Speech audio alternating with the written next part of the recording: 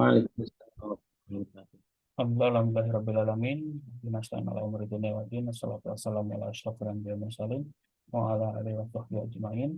Alhamdulillah pada kesempatan siang hari ini di hari Jumat yang penuh berkah kita sama-sama bisa kembali bermuajah dengan Ustadz kita Ustadz Ahmad Irami untuk mendengarkan kajian dan majelis ilmu dari Ustadz Irami. Marilah kita mulai kajian pada siang hari ini dengan bacaan basmalah. Bismillahirrahmanirrahim.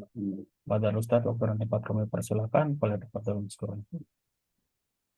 Bismillahirrahmanirrahim. Assalamualaikum warahmatullahi wabarakatuh. Waalaikumsalam warahmatullahi wabarakatuh. Innal hamdalillah nahmaduhu wa nasta'inuhu wa nastaghfiruh wa na'udzu billahi min shururi anfusina wa min sayyiati a'malina. May yahdihillahu fala mudilla lahu wa may yudlil fala hadiya lahu.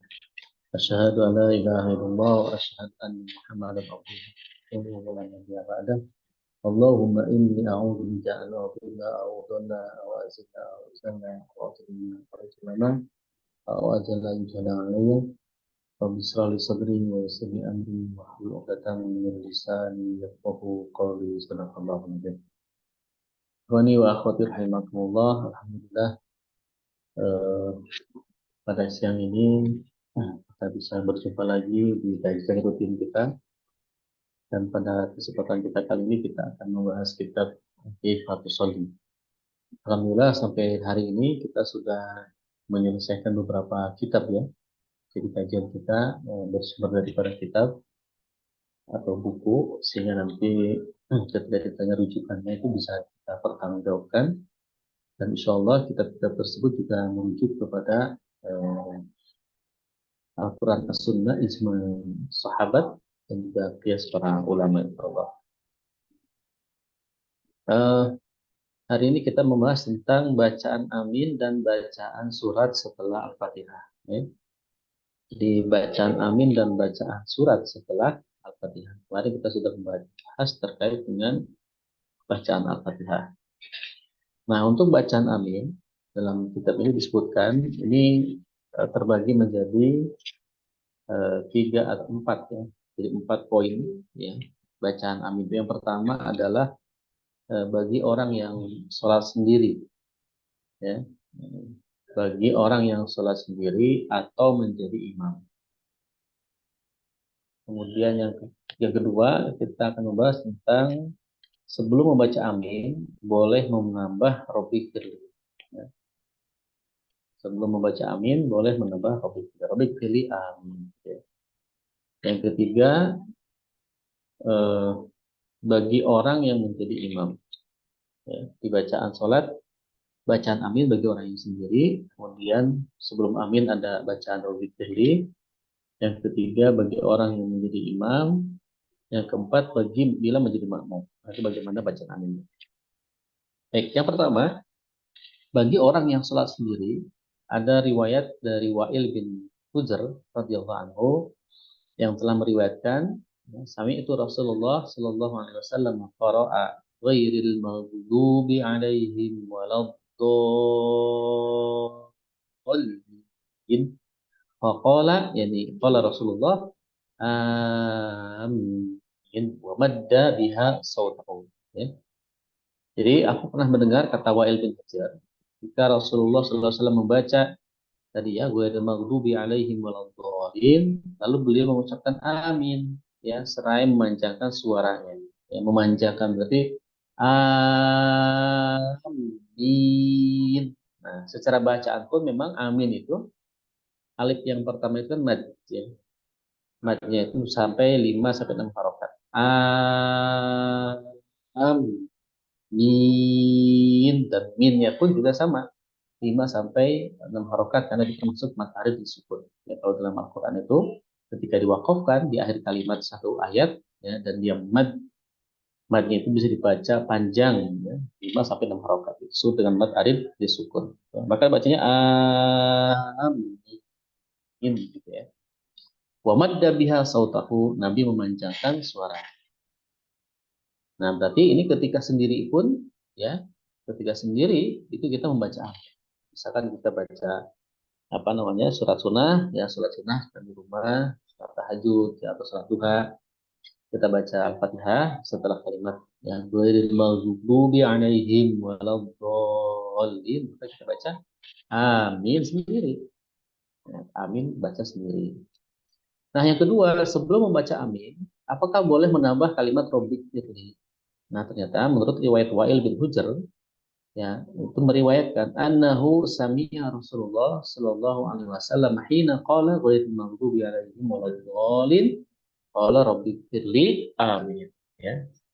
Di riwayat lain, Rasulullah sebelum mengucapkan kalimat amin itu diawali dengan Rabbik firli amin. Ya.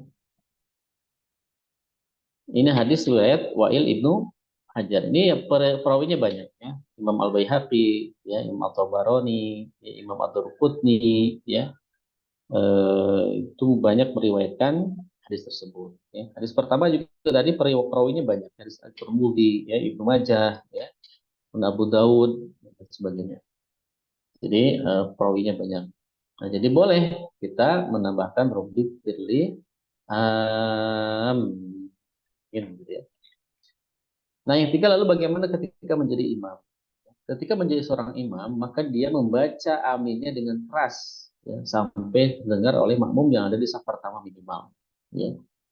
Ini berdasarkan hadis Abu Hurairah radhiyallahu anhu yang diriwayatkan oleh hadis riwayat Abu Daud, ya, kemudian Ibnu Majah. Karena Rasulullah Shallallahu Alaihi Wasallam idza tala ghairil maghdubi alaihim waladdallin qala amin hatta yasma'a may yalihi min as-saffil awal. Ya. Jadi Nabi ketika menjadi imam, setelah membaca kalimat ghairil maghdubi alaihim waladdallin tadi, beliau membaca amin sampai terdengar orang yang berada di saf pertama. Ya, minimal sampai terdengar oleh saf orang-orang yang ada di saf pertama. Nah, berarti imam itu ketika amin itu baca juga dan bacanya keras. Nah, ini aja di posisi sebagai seorang imam. Nah, lalu bagaimana ketika menjadi makmum? Ya, apakah dia membaca amin? Ini ada beberapa pandangan. Yang pertama, hendaknya membaca amin setelah imam membaca waladhdallin. Ya, jadi langsung. Ini berdasarkan Abu Hurairah radhiyallahu anhu yang meriwayatkan anna Rasulullah sallallahu alaihi wasallam qala idza qala al-imam ghairil maghdubi alaihim waladdallin faqulu amin fa innahu man wafaqa qawluhu qawlal malaikah ghufira lahu ma taqaddama min dhanbihi. Ini hadis diriwayatkan oleh Imam hadis riwayat Bukhari, ya, juga hadis riwayat Abu Daud, ya, hadis riwayat juga Muslim, ya, hadis riwayat Muslim. Jadi Rasulullah SAW bersabda apabila imam berkata ghairil maghdubi alaihim waladdallin, maka ucapkan oleh kalian sebagai makmum amin, ya. Fa innahu man wafaqa qauluhu, maka siapa saja yang kalimat aminnya itu bersamaan dengan qaulal malaikah, dengan ucapan malaikat, ghufira lahu ma taqaddama min dzambih, maka dia akan diampuni dari dosa-dosanya. Masya Allah, ya. Mudah-mudahan dengan kita membaca amin, ya, setelah imam membaca waladhdallin tadi, ya, itu kita bareng tuh sama malaikat. Kalau bareng sama malaikat, insya Allah diampuni dosa-dosanya. Allahu Akbar, ya. Jadi jangan malas kita membaca amin, ya. Walaupun kita lihat amin banyak yang aminin, ya. Nah, baca amin juga, ya. Setelah imam selesai membaca surat Al-Fatihah. Nah, yang kedua ada keutamaan lain, yaitu membaca amin bersama dengan imam. Ya, ini berdasarkan hadis Abu Hurairah radhiyallahu anhu meriwayatkan, ya, bahwa Nabi Shallallahu alaihi wasallam bersabda, "Idza amana al-imamu fa aminu." Jika imam membaca amin, maka bacalah amin. Ya, dari mana kita tahu bahwa ini bersamaan kalimat fa, ya. Idza amana al-imamu, jika imam, ya, telah membaca amana fa aminu, maka bersamaan gitu ya, maksudnya barengin gitu ya. Bacalah amin. Bacalah amin. Ini hadis riwayat Bukhari, kemudian Abu Daud, At-Tirmidzi juga sama. Ya. Nah, memang ini menurut Ibnu Hajar Al-Asqalani, ya, beliau mengatakan terhadap hadis ini justru menjadi dalil bahwa makmum membaca amin setelah imam berdasarkan huruf ataf, yaitu fa tadi. Karena fa itu maksudnya kan setelah, ya. Idza amana al-imam, apabila imam telah membaca amin, fa aminu, maka langsung buru-buru aminkan gitu ya. Nah, tetapi mayoritas ulama yang lain memahami ya bahwa itu merupakan dalil kebersamaan aminnya imam, kebersamaan aminnya makmum dengan imam. Ya, sebagaimana penjelasan Al-Imam Al-Juwaini, la tustahabbu muqaranatul imami fi syai'in min as-salati ghairuh. Ya, tidak dianjurkan makmum ya berbarengan dengan imam dalam apapun dari salat selain bacaan amin. Kalau menurut Imam Al-Juwaini. Berbeda dengan Imam Al-Haramain, beliau menjelaskan bahwa sangat mungkin bersamaan makmum dengan imam dalam amin ini. Karena bacaan amin dari makmum adalah karena mengamini bacaan imam, bukan karena bacaan aminnya imam. Ya, jadi ada dua pendapat ya. Yang pertama, ada tiga pendapat tadi ya. Yang pertama itu justru hadis ini menunjukkan makmum baca amin setelah imam. Karena kalau ada huruf fa di situ, fa aminu, ya, yang maksudnya huruf ataf yang menunjukkan setelah amana. Ya. Tapi mayoritas ulama menjadikan hadis ini sebagai dalil bahwa aminnya kita disunahkan berbarengan dengan aminnya imam. Jadi karena imam baca amin, kemudian kita pun bareng membaca amin. Tapi berbeda dengan Imam Al-Haramain tadi. Justru makmum itu amin setelah bacaan waladdolinnya imam, bukan karena bacaan imam aminnya imam. Nah, jadi ini bedanya. Walaupun intinya sih aminnya itu dibaca berbarengan dengan imam. Tapi artinya boleh. Nah, ini juga membaca amin kemudian dengan suara yang ketiga ya. Ini berdasarkan hadis riwayat Abu Hurairah ya, yang disebutkan oleh Imam Al-Bukhari ya, sebagaimana dijelaskan oleh Imam Zubair bin Munir. Nah, beliau menyebutkan munasabatul hadisi litarjamati min jihati anna fil hadisi fi hadis amra bil qali amin wal qawlu idza waqa'a bil khitabu mutlaqan humila ala jahri wa mata urida fihi israru au hadisun nafsi quyida lidzalik. Jadi kesesuaian hadis ini dengan judul dari sisi yang jihati anal fil hadis, dari sisi bahwa dalam hadis ini ada perintah ya biqauli amin, perintah membaca amin. Nah, sementara bacaan itu ya, jika disampaikan oleh perintah secara mutlak maka diarahkan kepada membaca dengan kelas. Ya, humila alal jahr. Wa mata urida, dan jika dia ingin ya atau yang dimaksudkan itu adalah membaca al-israr pelan atau sir ya au hadis nafsi, maka pasti diberikan penegasan. Quyida bidalik. Maka dalam hadis itu dalam sendirinya akan menegaskan. Jadi kalimat atau hadis riwayat Abu Hurairah yang tadi terkait dengan bacaan amin itu menunjukkan bahwa makmum membaca amin dengan suara keras, bukan dengan bacaan sir, tapi dengan bacaan jahar. Ya. Nah, ini juga ada riwayat Imam Al-Baihaqi bahwa Atha bin Abi Rabah mengatakan adraktu mi'ataini min ashabi Rasulillah sallallahu alaihi wasallam fi hadzal masjid. Idza qala al-imamu waladdallin sami'tu lahu rajatan bi amin. Nah, ini juga menguatkan pendapat bahwa membaca aminnya itu dengan suara keras atau dengan jahar ketika imam selesai membaca waladdallin. Ya. Ini berdasarkan ya, kata beliau, aku mendapatkan ya 200 sahabat Rasulullah di masjid ini, di Masjidil Haram, bahwa ketika imam telah selesai membaca waladhdallin, maka terdengar suara gemuruh bacaan amin dari mereka. Nah, ini juga menjadi dalil penguat bahwa amin itu dibaca dengan suara zahar ketika imam sudah selesai membaca waladhdallin dan ketika imam membaca jahar juga. Gitu ya. Jadi ketika imam membaca jahar juga. Ini posisinya sholat jahar seperti sholat subuh, kemudian isya, dan juga maghrib. Atau sholat sunnah yang dijaharkan seperti sholat idul adha wa idul fitri, atau sholat yang lain yang memang dibacakan secara zahar. Gitu ya. Lalu apa hukum membaca amin? Hukum membaca amin itu sebenarnya bukan wajib, tapi sunnah. Ya, hukumnya sunnah, mandubah, ya, atau linadab. Gitu.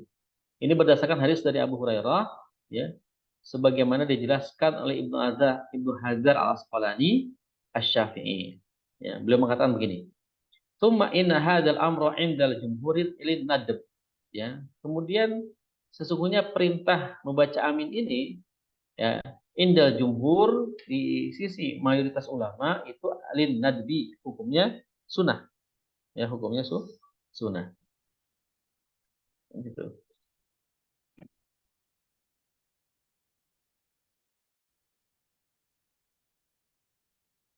Nah, summa fi mutlaqil amril ma'mum bit ta'min annahu yu'minu walau kana mustaghilan bi qira'atil Fatihah. Gitu. Jadi kesunahan membaca amin itu secara mutlak bagi makmum itu menunjukkan bahwa makmum tetap membaca amin meskipun dia sedang membaca surat Al-Fatihah. Ya, karena bisa jadi dia membaca Al-Fatihah ya berbarengan dengan imam.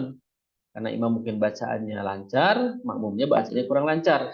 Maka tertinggal Al-Fatihahnya. Ketika imam baca amin atau waladhdallin, maka makmum yang sedang baca Al-Fatihah itu pun yang belum selesai tetap ya menjawabnya dengan amin baru melanjutkan surat Al-Fatihahnya. Gitu kira-kira ya. Tep. Harusnya kalau memang seperti yang dibahas sebelumnya, imam itu ngerti, ya imam itu misalkan setelah baca apa namanya Al-Fatihah, ya waladhdallin kemudian amin, belum berhenti sejenak, ya memberi kesempatan kepada makmum untuk membaca surat Al-Fatihah dengan tenang, ya.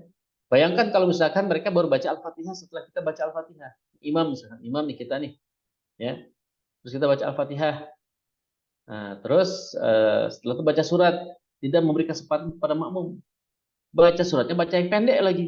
Misalkan Al-Kautsar, Inna a'tainakal kautsar kan betapa paniknya makmum. Ya padahal dia belum membaca Al-Fatihah. Nah, makanya biar tertib, biar khusyuk, ya imam juga harus mengerti. Ya, tahu ilmunya sebagai imam. Ya, tahu harus memberikan jeda setelah baca Al-Fatihah, memberikan jeda kepada makmum untuk membaca surat Al-Fatihah. Ya, jangan kemudian langsung labas aja baca ayat. Pas gitu ayatnya pendek lagi. Ya, tentu makmum akan merasa keteteran membaca Al-Fatihah. Ya gitu. Nah, walaupun ada yang seperti itu, misalkan imamnya belum ngerti tata cara menjadi imam, maka makmum yang ngerti itu bisa mensiasati. Ya, kan kemarin sudah kita jelaskan bahwa baca Al-Fatihah itu bisa saja ya, berbarengan dengan bacaan imam. Jadi imam baca Al-Fatihah, kita juga baca Al-Fatihah. Sehingga dengan demikian kita tidak akan tertinggal. Ini kalau memang imamnya itu bacaannya langsung gitu ya, kita sudah tahu karakternya nih imam ini nih ya, kalau sudah Al-Fatihah tuh langsung suratnya pendek lagi misalkan begitu ya, sudah kita yang tahu ilmunya ambil trik yang pertama tadi, baca Al-Fatihah bareng dengan imam ya. Walaupun secara hadis kemarin kita bahas lebih afdol baca Al-Fatihah itu setelah imam membaca Al-Fatihah, karena ada ayat ya idza quri'a 'alaihimul qur'anu fastami'u lahu wa ansitu ya. Bahwa ada ayat yang menunjukkan apabila dibacakan Al-Quran, yakni Al-Fatihah, maka dengarkan, ya, maka dengarkan. Lahu wa ansitu la'alakum turhamun, dan diamlah semoga kalian dapat rahmat. Ini perintah Allah Subhanahu wa taala, walaupun memang tidak sampai ke derajat wajib perintahnya. Nah, jadi gitu ya. Baik, kemudian membaca Al-Quran setelah membaca Al-Fatihah. Yang pertama dibaca oleh imam, sementara makmum cukup mendengarkannya secara seksama. Nah, jadi untuk bacaan surat, ya, ya kita cukup mendengar saja. Ini pendapat yang pertama ya, cukup mendengar bacaan surat oleh imam. Ya, hal ini sesuai dengan keumuman perintah Allah dalam surat Al-A'raf ayat 204. Wa idza quri'al Qur'anu fastami'u lahu wa ansitu la'allakum turhamun. Ya, jadi ada perintah apabila dibaca Al-Quran tidak hanya sebatas Al-Fatihah, ya, termasuk juga surat-surat lain yang ada di Al-Quran. Fastami'u, maka dengarkanlah dengan seksama. Ya, wa ansitu, dan diamlah oleh kalian. Ya, la'allakum turhamun, agar mendapat rahmat. Gitu. Jadi bayangkan kalau imamnya ngerti jadi imam. Setelah imam baca Al-Fatihah, kita dengerin kan. Dengerin imam baca Al-Fatihah. Setelah baca Al-Fatihah, imam berhenti sejenak. Kita baca Al-Fatihah sebagai makmum. Setelah saya baca Al-Fatihah, imam lanjut baca surat. Ya, baca surat yang tidak terlalu pendek, tidak juga terlalu panjang, yang sedang-sedang saja. Ya, coba bayangkan, kita mendapatkan banyak kelebihan kalau sama-sama punya ilmu. Ya kan? kita mendengarkan Al-Fatihah, kita membaca Al-Fatihah, kita juga mendengarkan surat baca setelah surat Al-Fatihah oleh imam gitu kan, Masya Allah. Nah ini pentingnya ilmu itu begitu ya. Jadi kalau imam yang ngerti, makmum yang ngerti, Masya Allah indah sholat itu ya. Nah ini kan menjadi tidak indah ketika imamnya tidak tahu ilmunya, bagaimana jadi imam ya. Makmumnya juga sama. Nah, ini problem, makanya pentingnya kita ngaji itu di situ ya. Kita ngaji sama-sama mengingat kembali apa yang dulu mungkin pernah kita dapatkan ketika SD atau ketika sekolah. Nah, kita hanya mengingatkan kembali saja apa yang sudah kita pelajari. Pentingnya di situ. Kemudian bacaan surat Al-Fatihah pada rakaat pertama lebih panjang daripada rakaat yang kedua. Nah, ini berdasarkan riwayat dari Abu Qatadah, karena Nabi sallallahu alaihi wasallam yaqra'u fi raka'atainil ulayaini min salatil dhuhri bi Fatihati kitabi wa surataini yutawwilu fil aula wa yuqassiru fil thaniyah. Jadi Nabi itu dalam dua rakaat pertama salat duhur itu senantiasa membaca Al-Fatihah dan dua surat dengan memanjangkan pada rakaat pertama dan memperpendek pada rakaat kedua. Jadi disunahkan ya untuk sholat kita nih di rakaat pertama itu lebih panjang dibandingkan rakaat. Ya bisa dipanjangkan dibaca suratnya, ya misalkan surat ayat apa rakaat pertama baca kalau di juz 30 misalkan apa ad-duha atau apa surah al-lail gitu ya atau apa halumazah gitu ya halumazah apa namanya al-ghasyiyah gitu ya atau abasa baru di ayat rakaat kedua bisa dengan surat-surat pendek tuh ya misalkan Anas, Al-Falaq, Ikhlas ya atau Al-Kautsar dan sebagainya. Jadi rakaat pertama itu lebih panjang dibandingkan rakaat kedua. Ya. Kemudian wa kana yaqra'u fil asri bi Fatihatil Kitab wa surataini wa kana yutawwilu fil ula. Dan terkadang ya apa namanya? Ketika beliau sholat asar, beliau senantiasa membaca Al-Fatihah dan dua surat serta biasa memperpanjang rakaat. Kemudian wa kana yutawilu fi raka'atil ula min salat subhi wa yuqassiru fi thaniyah. Dan beliau juga di salat subuh sama, memperpanjang rakaat pertama dan memperpendek rakaat yang kedua. Jadi intinya di salat manapun rakaat pertama itu disunahkan diperpanjang waktunya, lebih panjang waktunya dibandingkan rakaat yang kedua. Berarti untuk membedakan biasanya dibaca suratnya ya, suratnya. Jadi rakaat pertama itu diusahakan surat yang panjang ya lebih panjang dibandingkan baca surat di rakaat yang kedua. Nah, tapi ada pendapat lain bahwa bacaan surat itu cukup dibaca pada rakaat pertama dan kedua saja. Nah, emang iya ya. Jadi bacaan surat itu memang dibaca pada rakaat pertama dan rakaat kedua untuk sholat yang 4 rakaat. Ya, dan juga dari 3 rakaat. Ya, nah, kalau sholat subuh ya memang cuma 2 rakaat. Berarti kan rakaat pertama dan rakaat kedua. Ini berdasarkan riwayat dari sahabat Nabi Abu Qatadah radhiyallahu anhu yang telah meriwayatkan anna Nabiyya sallallahu alaihi wasallam kana yaqra'u fi dhuhri fi ulayaini bi ummil kitabi wa surataini wa qira'ataini al-ukhrayaini bi ummil kitab. Ya.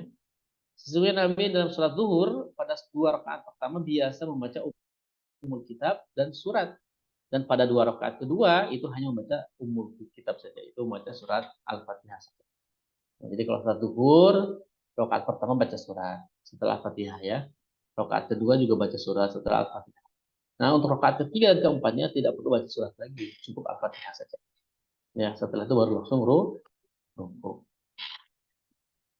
Poin keempat, ya, diam sebentar setelah surat sebelum ruku.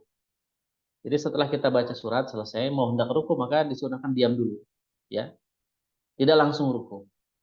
Ini berdasarkan riwayat Imam Ahmad, ya dari Samurah bin Jundub radhiyallahu anhu, anna Rasulullah sallallahu alaihi wasallam kana yaskutu saktatain idza dakhala fi sholati wa idza faraga min al-qira'ah. Fa ankara dzalika Imran bin al-Husayn wa katabu ila Ubay bin Ka'ab fa kataba ilaihim an sadaqa samurah. Nah, jadi sesungguhnya Rasulullah itu ya senantiasa diam 2 kali, yaitu ketika telah memasuki sholat dan ketika selesai membaca surat. Jadi saktatain ya. Saktatain itu diam ya, dua kali diam. Dua kali diam.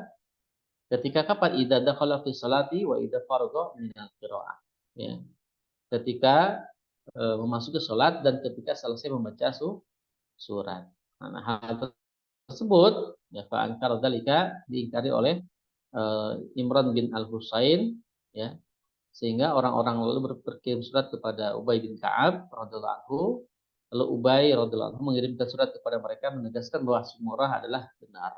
Gitu. Jadi riwayat ini kemudian dikabarkan oleh orang lain kepada Ubay, ya, lalu Ubay membalas suratnya bahwa ya, apa yang dilakukan oleh Samurah itu benar. Ya, jadi benar itu maksudnya apa? Bahwa Nabi ya berdiam diri di dua tempat tadi sebelum melanjutkan. Jadi jeda, yaitu setelah baca surat, jeda dulu tidak langsung ruku.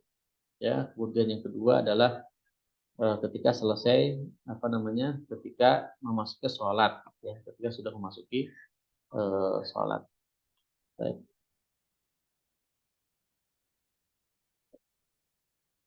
Nah, dalam riwayat lain yaitu Imam Al-Hakim yang juga dari Samurah bin Jundub, teksnya annahu hafidhu an Rasulillah sallallahu alaihi wasallam saktatain saktatun idza kabbara wa saktatun idza faragha min qiraatihi inda ruku'i. Ya. Jadi sesungguhnya Samurah bin Jundub radhiyallahu anhu pernah menghafal dari Rasulullah dua kali diam. Ya. Diam ketika beliau selesai bertakbiratul ihram dan diam ketika selesai bacaan surat ya menjelang beliau ruku. Jadi dua orang sahabat ini ya, melihat praktek sholatnya Nabi langsung. Nah, itu Rasulullah langsung mempraktikkan ada waktu diam. Yang pertama itu adalah diam selesai takbiratul ihram dan diam ketika selesai baca surat. Itu. Maksudnya ketika baca surat itu kan berarti memberikan jeda kepada makmum untuk baca surat Al-Fatihah. Atau sebelum ruku juga memberi kesempatan kepada makmum untuk menyelesaikan bacaan. Jadi langsung guru-guru ruku. Baik. Nah, itu dia terkait dengan bacaan amin dan bacaan surat setelah Al-Fatihah. Lalu surat-surat apa saja yang biasanya Nabi baca setelah Fatihah? Ini penting ya. Nah, biar kita tahu nih, Nabi itu setelah di sholat-sholatnya itu baca surat apa aja sih gitu ya. Nah, waktu sholat duhur, ya, walaupun ini bukan keharusan ya, tapi kalau kita ingin mencontoh Rasulullah mengikuti silakan saja. Karena hukumnya itu memang tidak sampai kepada wajib. Nah, Rasulullah SAW di waktu sholat duhur itu biasa membaca surat setelah Fatihah itu 30 ayat. Rata-rata ya, rata-rata membaca ayat sampai 30 ayat. Hal ini diriwayatkan dari Abu Sa'id Al-Khudri ya. Anna Nabiya sallallahu alaihi wasallam kana yaqra'u fi salatil dhuhri fi rak'ataini al-ulayaini fi kulli rak'atin qadra 30 ayah wa fil ukhrayain qadra 15 ayat. Jadi Nabi biasa membaca surat dalam salat zuhur pada dua rakaat pertama dalam setiap rakaat kira-kira sepanjang 30 ayat. Jadi rakaat pertama itu kira-kira sepanjang 30 ayat, selama 30 ayat. Dan pada dua rakaat terakhir itu kira-kira sepanjang 15 setengahnya gitu ya. Jadi rakaat kedua lebih pendek setengahnya daripada rakaat pertama. Hajazna, nah, kemudian riwayat ini mengatakan hajazna qiyama Rasulillah sallallahu alaihi wasallam fil dhuhri wal asri fa hajazna qiyamahu fi rak'ataini ulayaini. Nadhuhri qadra 30 ayah qadra alam mutanzil as-sajdata wa hazazna qiyamahu fil ukhrayain ala nisfi min dzalik. Ya. Jadi kami memperkirakan ya para ulama itu ya, para sahabat ya, lamanya Rasul berdiri dalam salat duhur dan asar. Maka kami memperkirakan lama berdirinya beliau pada dua rakaat pertama dari salat duhur kira-kira sepadan dengan membaca 30 ayat. Ya, sepadan dengan membaca 30 ayat. Kira-kira sepanjang bacaan Alif Lam Mim Tanzil atau surat As-Sajdah. Sepanjang itu minimal. Dan kami memperkirakan lama berdiri beliau pada dua rakaat terakhir kira-kira separuhnya dua rakaat pertama. Ya, jadi kalau jumlah ayatnya 30 berarti jumlah ayat untuk salat keduanya itu adalah 15 ya, setengahnya dari 30. Gitu. Ini secara umum ya, secara umum bahwa Nabi itu membaca surat di waktu zuhur dengan model seperti tadi. Nah, Rasulullah juga kadang-kadang menetapkan surat apa saja yang dibaca di waktu-waktu salat tadi. Misalkan ya, yang pertama membaca surat At-Tariq dan surat Al-Buruj. Ya, kapan? Ini berdasarkan riwayat anna Rasulullah sallallahu alaihi wasallam ya, kana yaqra'u fi zuhri wal asri bis sama'i wat tariqi aw sama'i dzati ya dzatil buruji wa najihima minas su. Ya, sesungguhnya Rasulullah sallallahu alaihi wasallam biasa membawa pada sholat zuhur dan asar dengan was-sama'i wat tariq. Kemudian was-sama idzatil buruj dan surat-surat yang serupa keduanya. Gitu. Jadi bacaan sholat duhur dan asar itu bisa kita pakai was-sama'i wat tariq sama was-sama'i idzatil buruj. Ya, at-tariq sama al-ghasyiyah. Ya. Kemudian selain itu juga Nabi membaca surat Al-Lail. Kapan itu? Nah, Jabir bin Samurah meriwayatkan. Kana Nabiyyu sallallahu alaihi wasallam yaqra'u fi dhuhri wal laili idza yaghsha wa fil asri nahwa dzalik wa fi subhi bi atwali min dzalik. Ya. Menurut Jabir bin Samurah, Nabi sallallahu alaihi wasallam pada salat zuhur itu biasa membaca surat wal laili idza yaghsha. Ya. Al-lail. Dan pada salat asar itu sama, ya, seperti itu juga. Dua kali surat yang sama. Dan pada sholat subuh membaca surat lebih panjang lagi. Nah, hadis ini juga menunjukkan ya boleh saja misalkan kita membaca surat yang sama di 2 rakaat yang berbeda, gitu ya. Kalau memang misalkan dia baru belajar surat itu, kan bisa saja seorang mu'alaf yang baru masuk Islam dia baru bisa membaca Al-Fatihah dan satu surat Al-Ikhlas. Nah, berarti dia bisa menggunakan Al-Ikhlas itu sebagai bacaan surat di rakaat pertama maupun di rakaat kedua, gitu ya. Ini ya, jadi Nabi juga di waktu zuhur biasa membaca surat Al-Lail. Jadi apa tuh? Yang pertama tadi surah At-Tariq, Al-Buruj, ya, yang ketiga Al-Lail. Ya, ini bisa dibaca di waktu zuhur dan asar, ya. Nah, catatan telah ditetapkan dalam ilmu usul bahwa teks bahasa karena memberi makna terus-menerus dan seringkali. Sehingga pada kebanyakan sholat zuhur, beliau membaca surat-surat tersebut, ya. Atau bisa juga karena terkadang hanya sekedar digunakan memberitakan terjadinya sebuah aktivitas, ya. Bagaimana Imam Ad-Daqiqil, ya, karena disebutkan bahwa Rasulullah SAW juga bersabda surat Al-A'la dan surat Al-Ghasyiyah juga. Ada riwayat lain yang menunjukkan bahwa Nabi membaca surat Al-A'la dan surat Al-Ghasyiyah. Ini dari Anas bin Malik meriwayatkan inni sholaitu ma'a Rasulillah sallallahu alaihi wasallam salat adz-dzuhri wa qara'a lana bihataini as-surataini fi rak'ataini bisabbihi isma rabbikal a'la, ya, wahal ataka hadisul ghasyiyah. Jadi bisa saja sholat zuhur juga baca surat sabbihis marubikal a'la atau a'la. Jadi bisa banyak pilihan tuh. Bisa at-tariq, ya, bisa al-buruj, ya, bisa al-lail, bisa juga surat apa namanya? Al-a'la gitu ya. Surat al-a'la dan surat al-ghasyiyah, ya. Jadi banyak pilihan surat yang bisa kita baca di surat zuhur ataupun asar. Dan bisa juga kita membaca surat Luqman dan Al-Dzariyat. Ini berdasarkan riwayat dari Bara bin Azib, ya, radhiyallahu anhu, yang telah meriwayatkan kunna nusalli khalfa Rasulillah sallallahu alaihi wasallam dhuhra wa nasma'u minhu al-ayata ba'da al-ayati min suratil Luqman wad Dzariyat, ya. Jadi Bara bin Azib, sahabat Nabi juga radhiyallahu anhu, itu pernah melaksanakan sholat zuhur bersama Nabi. Maka kami mendengar dari beliau ada ayat demi ayat dari surat Luqman dan Az-Zariyat. Sehingga para sahabat menyimpulkan yang surat zuhur baca suratnya adalah tadi Az-Zariyat atau surat Luqman. Baik. Lalu surat asar, ya. Tadi apa ya? Surat zuhur itu bacanya tadi bisa surah Al-Lail, At-Tariq, Al-Ghasyiyah, kemudian Al-A'la, ya. Al-A'la. Jadi ada 4 surat yang bisa kita gunakan untuk sholat duhur ataupun asar. Baik. Lalu kalau sholat asar bagaimana nih? Khusus sholat. Tadi kan sebenarnya fokus ke sholat duhur. Sekarang sholat asar bagaimana? Nah, panjang surat seperti pada baca sholat duhur atau setengah dari baca sholat duhur. Sebagaimana dua hadis dari Jabir bin Samurah di atas dan lanjutan hadis riwayat Abu Sa'id Al-Khudri. Jadi dalil bacaan surat seperti sholat di waktu asar itu mirip dengan baca sholat ketika di waktu duhur. Ya. Ada yang meriwayatkan dari Said Al-Khudri, sahabat Nabi Sallallahu Alaihi Wasallam, radhiyallahu anhu, wa fil asri fi raq'atainil ulayaini fi kulli raq'atin qadra qira'atil 15 ayah. Wa fil ukhrayain qadra nisf. Ya, jadi di salat asar itu khusus boleh kita membaca suratnya setengahnya ya atau membaca kira-kira 15 ayat saja. Ya, untuk apa namanya? 2 rakaat pertama dan pada 2 rakaat terakhir itu juga sama, tidak dibedakan.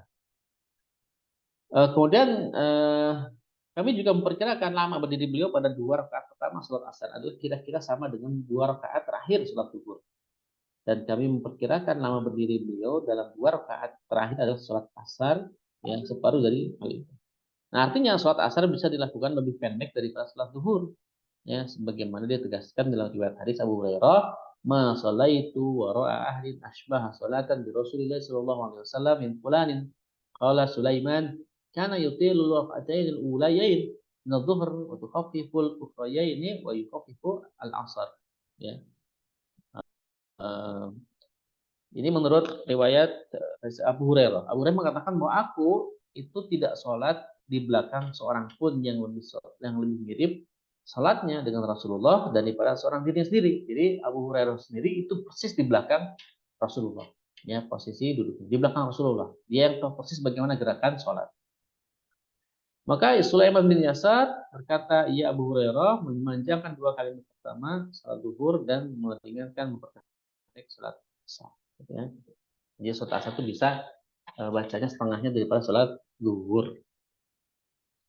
Baca suratnya apa saja tadi sama aja ya. Ada al-lail, al-ghasyiyah, ya, al-a'la, ya, dan lain sebagainya. Al-buruj ya. Lalu sholat maghrib. Nah, untuk sholat maghrib, ya, ukuran umum itu dibaca surat-suratnya. Khusus sholat maghrib. Ya, ini berdasarkan hadis Nabi dari Abu Hurairah radhiyallahu anhu, ya. Qala Rasulullah sallallahu alaihi wasallam wa yaqra'u fil maghribi bi ikhtisaril mufassal. Ya. Dan pada sholat maghrib, ya, beliau membaca surat-surat pendek al-qasar dari al-mufassal, dari paling yang pendek. Jadi boleh, ya. Sebenarnya al-aslnya boleh pakai surat apa saja ketika sholat 5 waktu. Ya, tapi Rasulullah kemudian ada memberikan kebiasaan-kebiasaan. Waktu zuhur itu biasa baca ini, waktu asar biasa baca ini. Nah, untuk apa namanya maghrib, ya, ini apa namanya tadi bikisor yang mufassal, ya, bisa jadi setengahnya. Bisa juga surat Al-Kafirun dan Al-Ikhlas. Nah, jadi Al-Kafirun dan Al-Ikhlas itu kuliah kulhu. Ini favorit kita ya. Ini ada riwayat dari Ibnu Umar. Karena Nabi Shallallahu Alaihi Wasallam yaqra'u fil maghrib qul ya ayyuhal kafirun wa qul huwallahu ahad. Nah, jadi diulang-ulangnya kita di salat maghrib membaca Al-Kafirun dan Al-Ikhlas itu mengikuti sunnah Nabi. Gitu. Karena Nabi pun menyampaikan tadi.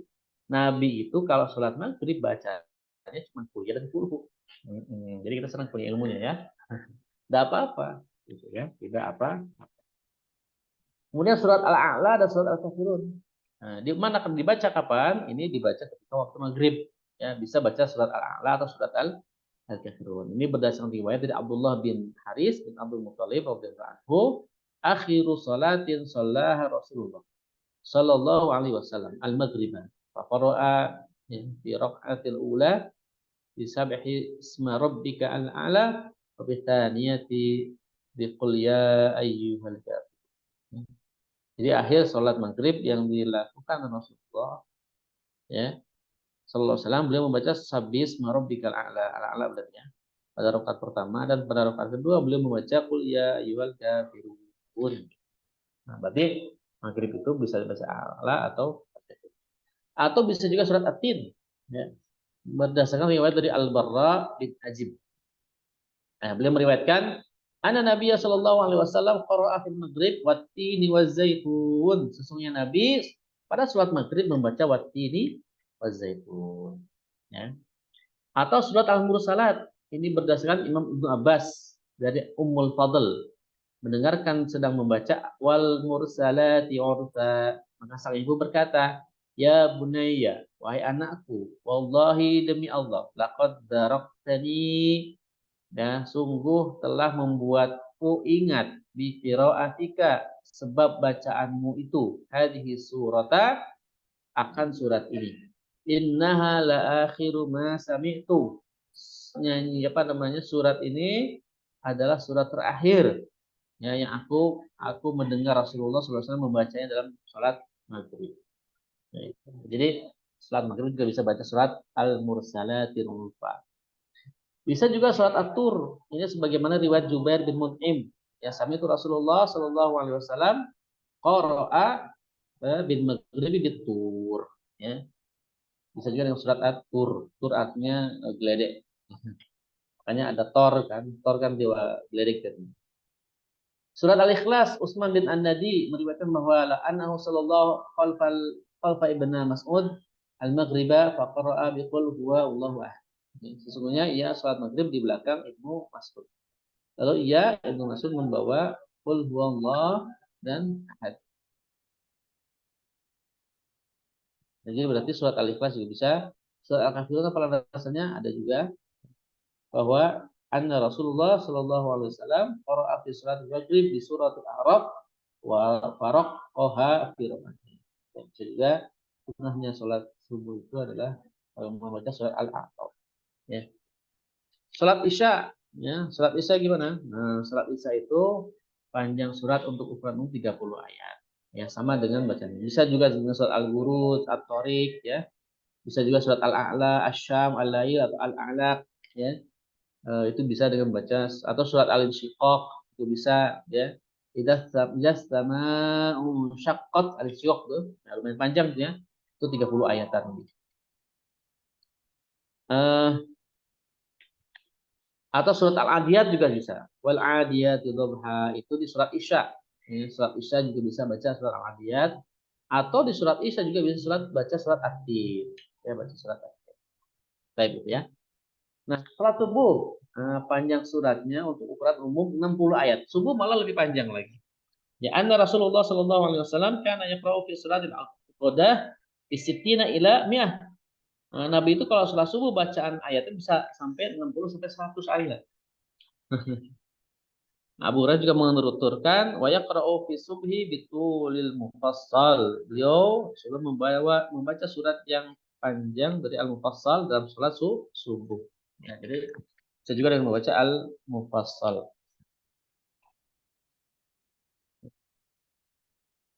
Dua, membaca dua surat panjang.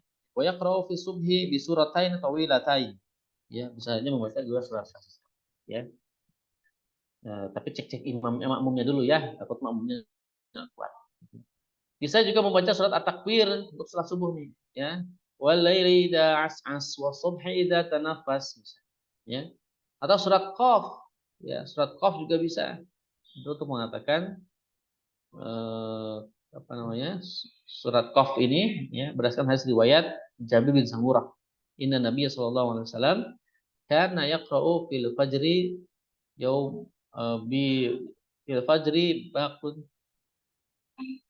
wal Qur'anil Majid wa kana salatuhu ba'du tahqiban. Ya. Jadi Jabir bin Samurah meriwayatkan bahwa ada seorang Nabi menemukan atau membaca mendengar bacaan surat Al-Ahqaf.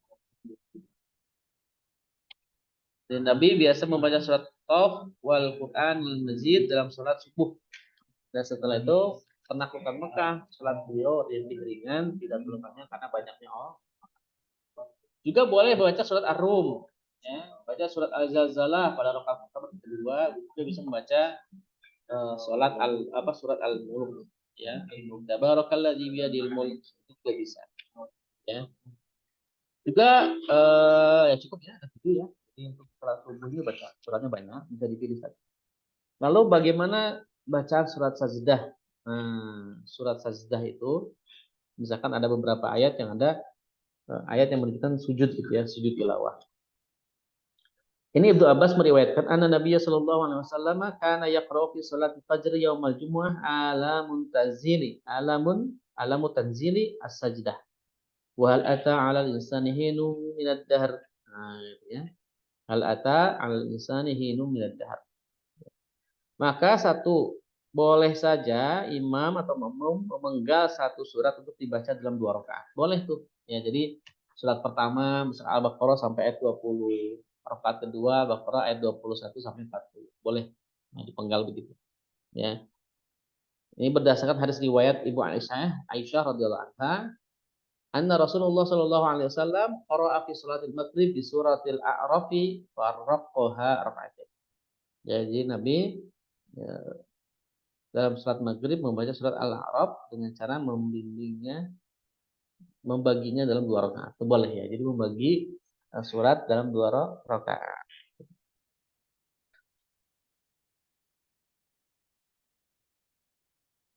Taib. Membaca surat yang sama dalam 2 rakaat ini ya.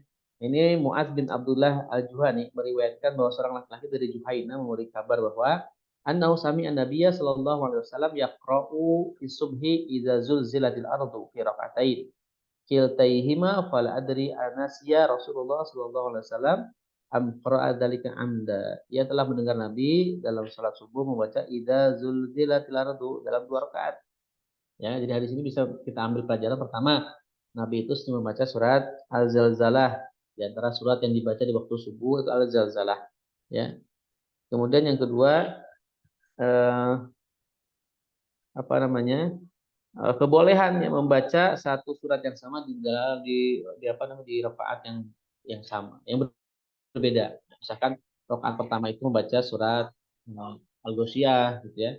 Terus rakaat kedua juga sama membaca surat Al-Ghasyiyah. Maka hal ini diperbolehkan ya berdasarkan riwayat hadis dari hadis riwayat Abu Daud ya terkait dengan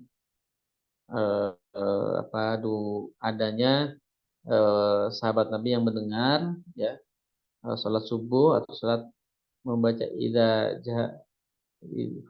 zulzilatil ardu zilzalaha tadi eh, apa namanya boleh dibaca di waktu sholat yang membaca suratnya sama itu boleh ya.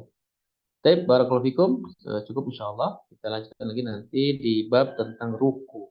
Insyaallah. Silahkan mungkin jika ada yang bertanya. Allah alam bisa.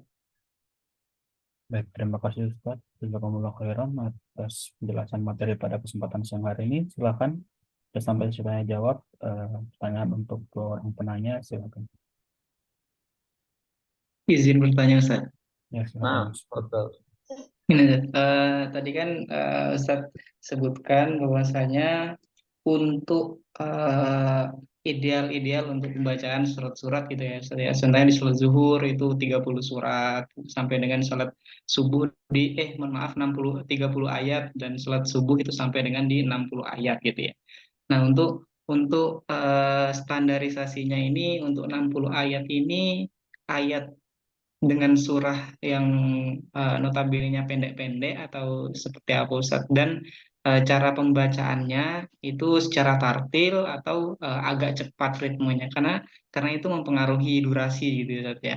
Nah, itu kalau umpamanya 60 ayat dengan surat yang pendek gitu ya, ayatnya pendek-pendek, nah kemungkinan bisa cepat gitu. Tapi kalau umpamanya suratnya panjang, ayatnya juga panjang, nah itu juga cukup lama dan juga cara pembacaan yang tartil itu juga mempengaruhi lamanya juga. Jadi untuk patokan atau tolak ukurnya itu bacaan seperti apa dan suratnya seperti apa gitu Ustaz.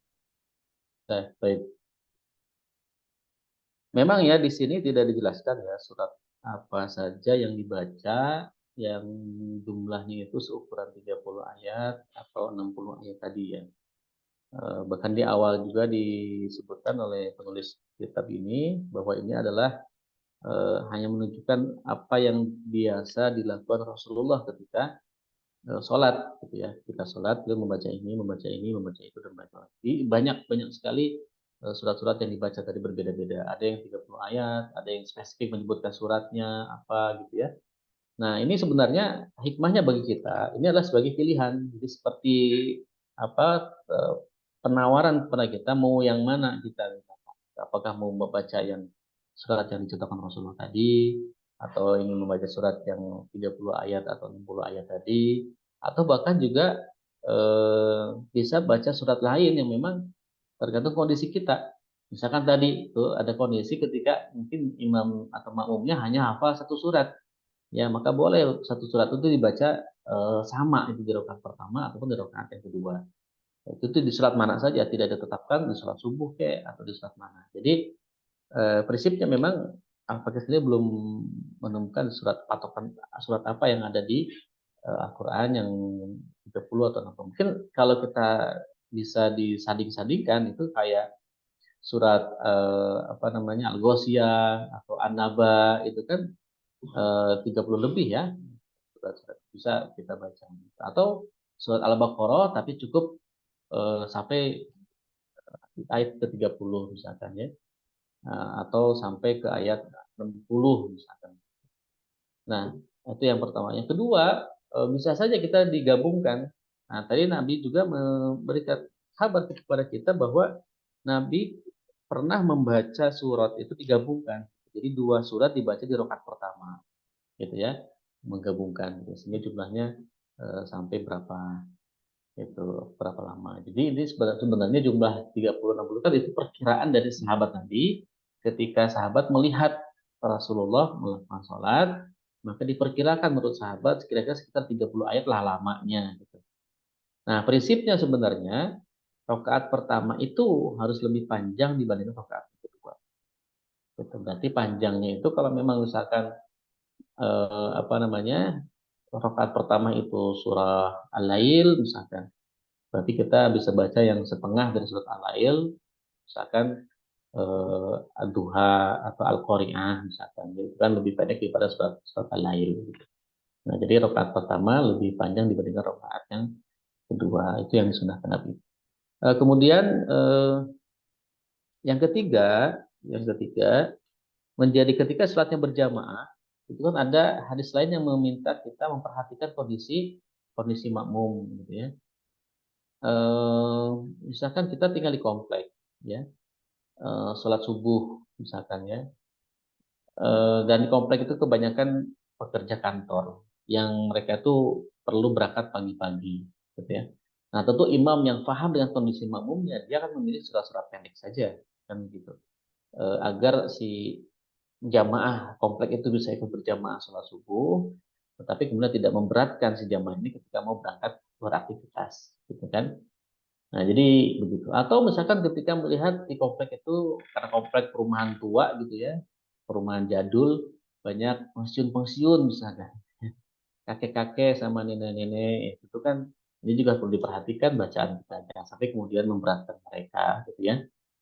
Nah, jadi imam itu memang harus tahu ilmunya juga ya, tahu kapan berhenti sejenak tadi, kemudian tahu kondisi makmum ya. Terus bacaan kita juga harus tartil kalau jadi imam itu. Jadi tidak ya tartil itu bukan berarti pelan-pelan.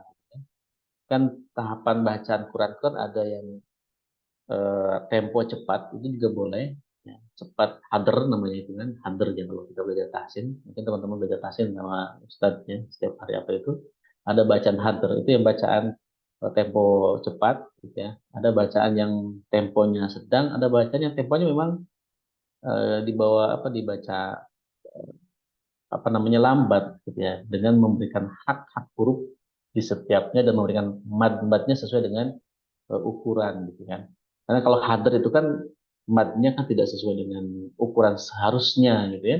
Misalkan di akhir ayat itu dibaca 2 harokat yang harus dibaca 6 harokat misalkan. Itu boleh-boleh saja. Ya ada ketentuan seperti itu. Apa namanya? Ketika kita menjadi imam.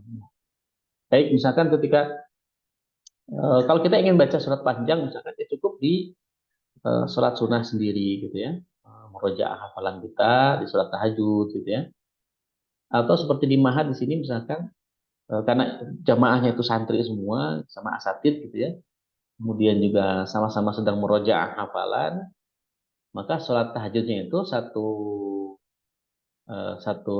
juz gitu. Jadi 8 rakaat itu satu juz bacanya. 8 rakaat itu berarti dibagi per rubu ya. Per rubu, 1 rubu 2 tuh sampai rubu terakhir itu cukup satu juz. 8 rakaat. Gitu. Ditambah witir 3 rakaat. Ini hampir 1 jam lebih 1 jam lebih. Ya, Al-Fakir pernah jadi imam, pernah ada jadwal imam untuk asatid sholat tahajud itu dengan bacaan satu juz itu, ya, itu biasa saja karena emang satu ini santri jamaah. Tapi jangan kemudian kita samakan dengan jamaah komplek gitu kan. Kita sholat wajib, ya, bacanya satu juz, nah itu tentu memberatkan. Tentu sangat memberatkan sekali bagi pola langsung. Ya, jazakumullah khairan katsiran Ustaz atas penjelasan yang disampaikan. Mungkin silakan satu orang penanya lagi.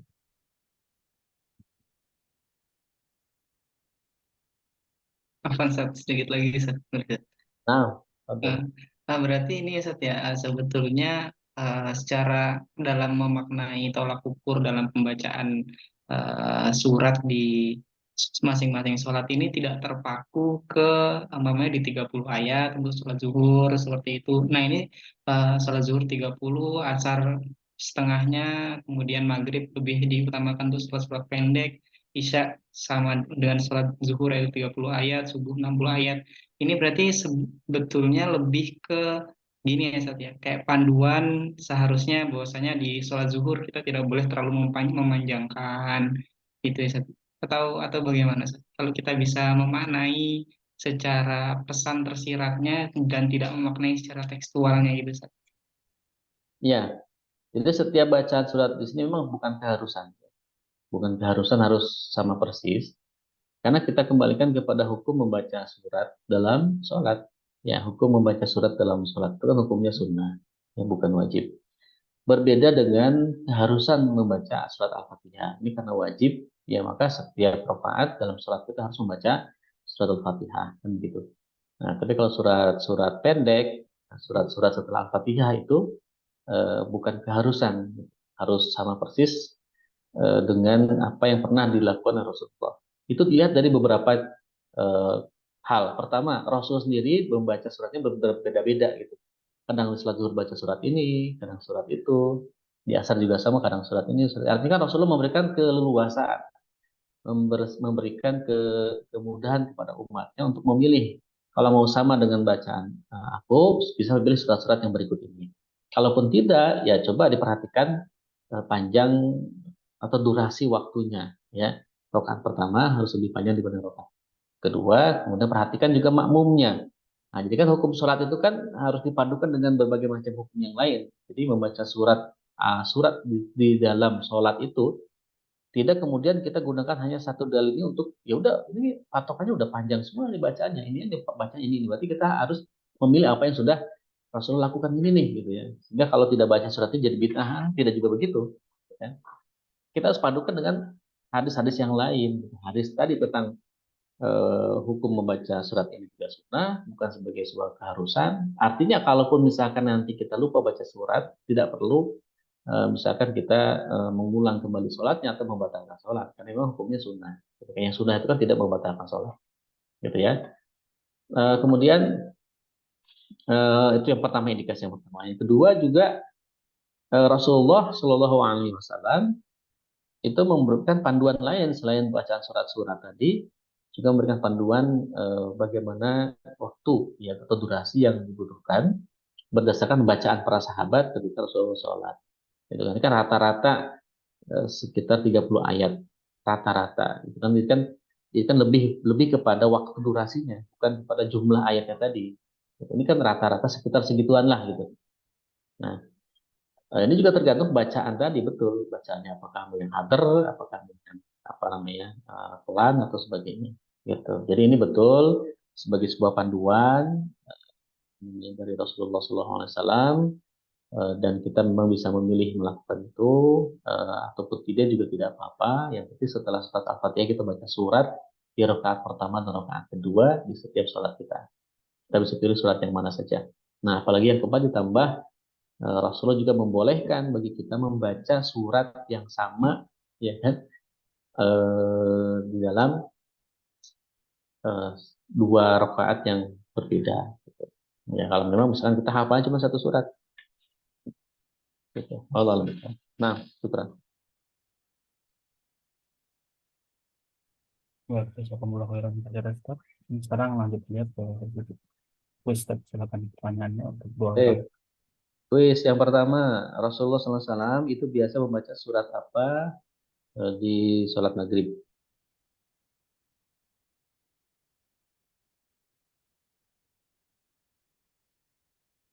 Izin Ustaz. Nah, tafadhol. Untuk di sholat maghrib ya Ustaz. Sholat maghrib itu Nabi Muhammad SAW itu biasa membaca surat Al-Kafirun, Al-Ikhlas, Al-A'la, lalu kemudian At-Tin, Al-Mursalat, dan At-Tur. Baik, ahsantum barakallahu fikum. Nah, Lagi Ustaz, silakan. satu lagi amin ya. Bacaan amin untuk makmum itu dibaca kapan? Baca amin setelah imam, membaca amin bareng imam, setelah imam membaca waladolin dari Mbak Nida. Masya Allah barakallahu fikum Mbak Nida. Udah dicatat ya. Ahsan tuh. Ahsan tuh. Nah. Baik, Syukur terima kasih Ustaz dan teman-teman semua. Jazakumullah khairan katsira. Kita sudah sampai juga di penghujung pada kajian pada kesempatan siang hari ini. Marilah kita tutup kajian siang hari ini dengan baca alhamdulillah Alhamdulillah. dan baca doa kafaratul majlis.